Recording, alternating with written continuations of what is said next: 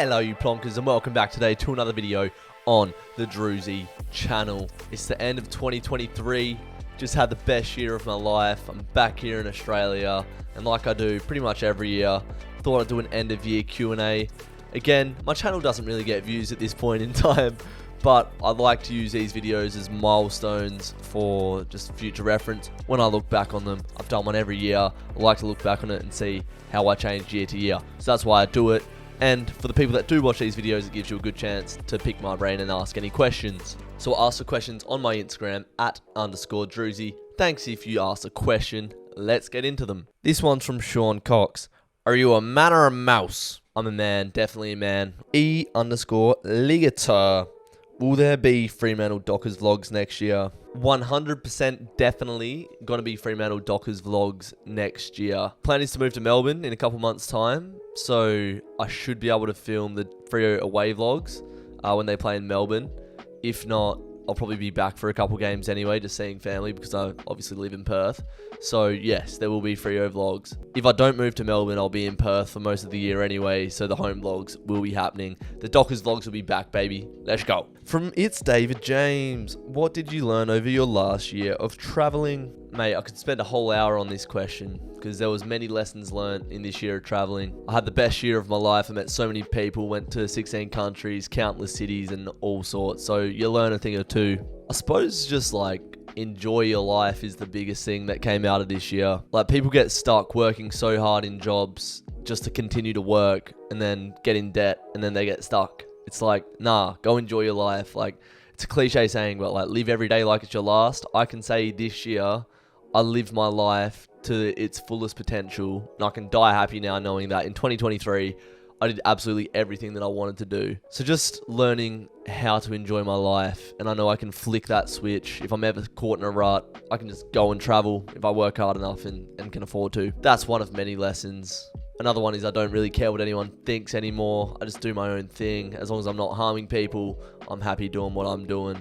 So yeah, there's two things I learned from traveling this year. Another one from David James. Best set you saw in 2023? Also, best festival. Man. I have seen a ridiculous amount of live music, mainly drum and bass in 2023. Jack Benning also asked what was the top 3 sets you saw. So we'll just do a top 3. In no particular order, I want to put The Prodigy at Parklife in Manchester. That was like one of the most electric sets I've ever seen. The whole crowd was basically a mosh pit. It was just absolutely going bananas. I'll do a non-drum and bass one because I'm aware that not everyone listens to drum and bass. I saw Loyal Kana at Glastonbury as well. He headlined the West Holt stage, and that was one of the best performances I've ever seen. That man's flows, you can tell when he's rapping, it means something to him. It just hit deep, that set. And his album Hugo, I've been like playing on repeat all year. No skips on that album, so that was a really special one as well. But man, there's just so many. I went to Warehouse Project and saw Dimension, Subfocus, Andy C. Like, there's too many.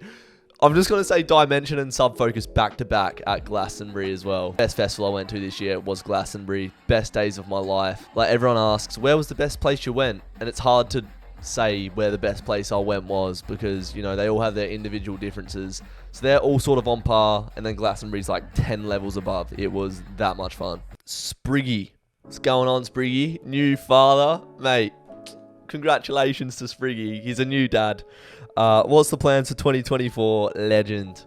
Life could go one of two ways in 2024. The plan with coming back was that I would move over to Melbourne at the end of February, just before footy season starts, and crack on with content creation and running my business over in Melbourne. Starting to work in my field as a strength and conditioning coach in the home of football is what I intended to do, and I do intend to do, whilst creating football content with all the creators that are over there at the moment. That would be such a fun time. If that falls through for whatever reason, I'm still not done traveling. I still want to go traveling. There's so many places that I still want to go to.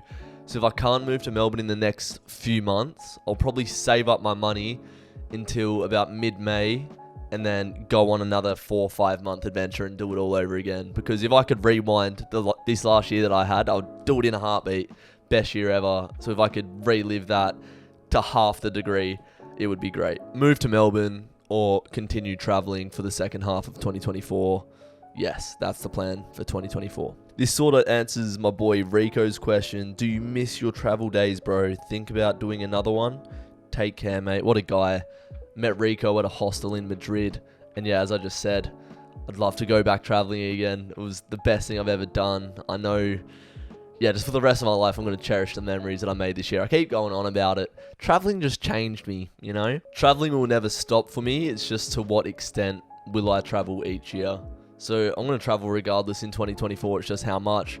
I will be traveling for sure. Flynn Jet Jinx has asked, how regularly do you plan to post videos next year? Well, given the 1 and 2 pathways, it could go either way. If I move to Melbourne, I hope to be posting like 3 times a week at least. And just being a lot more active on socials, Insta, TikTok, that sort of stuff. Just playing the game and yeah, leveling up my YouTube if I move to Melbourne. If I go traveling, it'll probably just be the same as this year again. I know it's not the most exciting content for you to watch in terms of like, I don't know, the thumbnails aren't crazy and they don't bang views and stuff like that. But the videos I made this year were my favorite videos I'll probably ever make. If in Melbourne, I'm going to say 2 to 3 times a week minimum.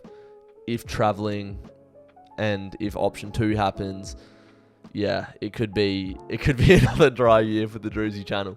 But one day I will rise. What was your favorite video from your channel in 2023? From Flinny Boy again. Oh, that's such a hard question. We'll split it into 2. We'll go football vlogs and travel vlogs because I went to a lot of football games. I'd say the best football vlog I did was Borussia Dortmund, going to Signal Iduna Park and seeing the yellow wall. That was crazy. It was 6-1. Just absolutely loved that. And the video did well. Got like 12 or 13k views, which is always nice. And then for the travel vlog, it would probably be between the Glastonbury vlog and going to Portugal with my family.